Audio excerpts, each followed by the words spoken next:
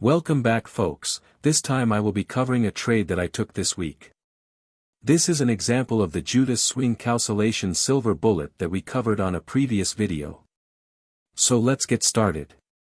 First of all, I always frame the opening range gap when the market opens at 9:30 a.m. New York local time. This essentially is the difference between the settlement price of the previous day with the opening price of the current day. The algorithm will refer to the consequent encroachment of this gap and its high and low. That is why having it on our charts will be highly beneficial.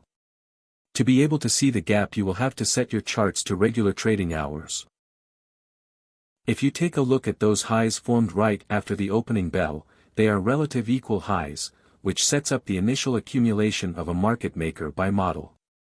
Plus, it is our Judas swing. But where did it stop going down? Yes, at the opening range gap low, must be random I guess. On the other hand, there is the ES chart, which also had an opening range gap that was filled in. However, the ES managed to sweep the regular trading hours sell-side liquidity pool, something that the Nasdaq didn't. This is a confirmation that the Nasdaq is stronger than the ES due to the bullish SMT divergence that was produced between the ES and the NQ. When something like this happens, if you are looking to buy, you should be buying the stronger pair, and vice versa.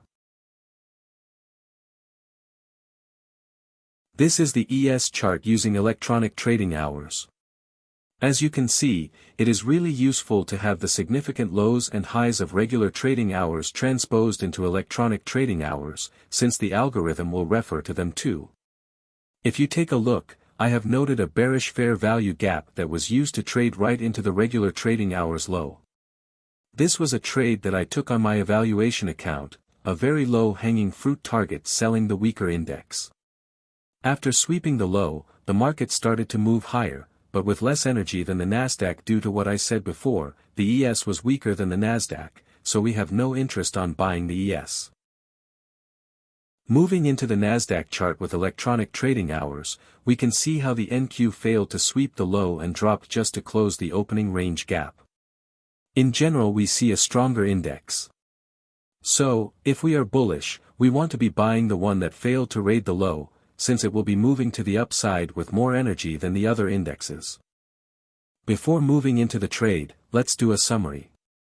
We were bullish, aiming for the engineered relative equal highs. Nasdaq was the stronger index. Nasdaq closed the opening range gap and started moving higher. ES had swept the low that Nasdaq didn't and started moving higher too. So we are left with a bullish scenario. Therefore we must look for a discount PD array to get into the trade aiming for the Judas swing highs. First of all, we frame our trading window, which is the silver bullet time window between 10 and 11 a.m. New York local time. I noted here the same FVG that I used on the ES to go short, but I decided to go short on the ES due to its weakness. Moving into the trade, after seeing the reaction to the opening range gap low with the framework that was outlined before, we could go long on the first fair value gap that is noted in blue, which would be our first silver bullet entry. However, I could not enter here but entered on a bullish order block in close proximity to it. Then the market structure shift was confirmed and we had a bullish breaker with a fair value gap, which is our second possible entry for the silver bullet. This coupled with a bullish order block, and the inversion fair value gap that could have been used to go short into the opening range gap low, made me put in another contract, since I was confident that we will resume going higher. So let's see the execution while I give you my thoughts. Here I have just entered the trade and the reaction was immediate. This first move could have been your personal silver bullet, since you don't need to get the whole move to make a living. I would have personally closed it when it reached 20 handles in profit, but I was here to practice so I held it. Now price left relative equal highs inside of the range, so I was comfortable with it retracing into the inversion fair value gap and the fair value gap before resuming going higher. It should not violate the low that was put into the first FVG if we want to keep going higher. That is why my stop is there now. Now we see how price is accumulating more long positions inside of this FVG before going higher. You should not be scared of these sharp moves since it is the usual 10:30 a.m. volatility. My first partial will be taken above the relative equal highs where a tiny FVG is residing. Now you see a beautiful reaction to the consequent encroachment of the inversion fair value gap followed by an immediate rebalance. Here I could have just put the stop loss below the immediate rebalance candle low and I would have been safe, since this PD array is one of the most powerful ones. So it could have been an opportunity to add another contract, but my risk could not afford it. As you can see, the reaction to the immediate rebalance was energetic, that confirms the bullishness. Now that the relative equal highs were taken, we must allow for some sort of retracement. In my opinion, it would have been a better option to put my partial above these highs, but I didn't. This is an opportunity to learn, so I will take that into account. Now I just moved my stop loss to the low of the immediate rebalance, since I know that if we want to attack those relative equal highs, this low must not be violated. Here price traded into this bullish order block and wicked into it twice, engineering relative equal lows. Here is where I made a mistake that we will cover later so that we all learn something. I was measuring the midpoint of the wick, since I did not want to see any body closing below it. And then it moved with energy towards my partial. Now that the partial was secured, I made the mistake. If you remember what I said earlier, the stop below the immediate rebalance low was safe. However, I decided to move my stop loss to those relative equal lows, where price could retrace just to gather liquidity.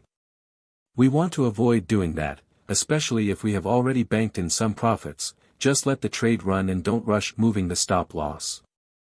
Here I noted a fair value gap that could be traded into before going higher, but it started to consolidate inside of this range. Even though I thought that we were going to see energetic green candlesticks print, since we were on the second redistribution of the market maker by model and were entering the 1050 to 1110 macro, but it did not happen, we consolidated.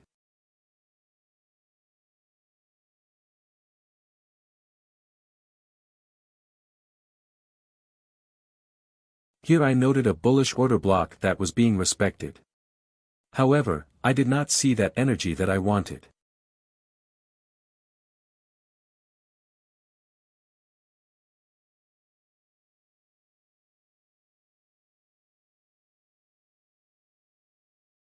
Here I note that I was not liking what I was seeing and that I wanted to see it push it now, since it seemed that it was respecting the FVG. But it did not offer the move that I was looking for.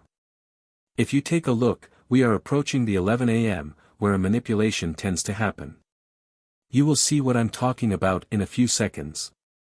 Since I will get stopped out in what was a turtle soup entry to attack the relative equal highs. That is why I said that I made a mistake moving my stop to those relative equal lows. It should have stayed at the immediate rebalance low and submit to time and then price. When I got stopped out, I pointed out that we will move higher as a turtle soup, and as you can see, it in fact, was delivered. Thanks for watching. I hope that you learned something new, and if you did, give the video a thumbs up and subscribe. Until next time. Be safe.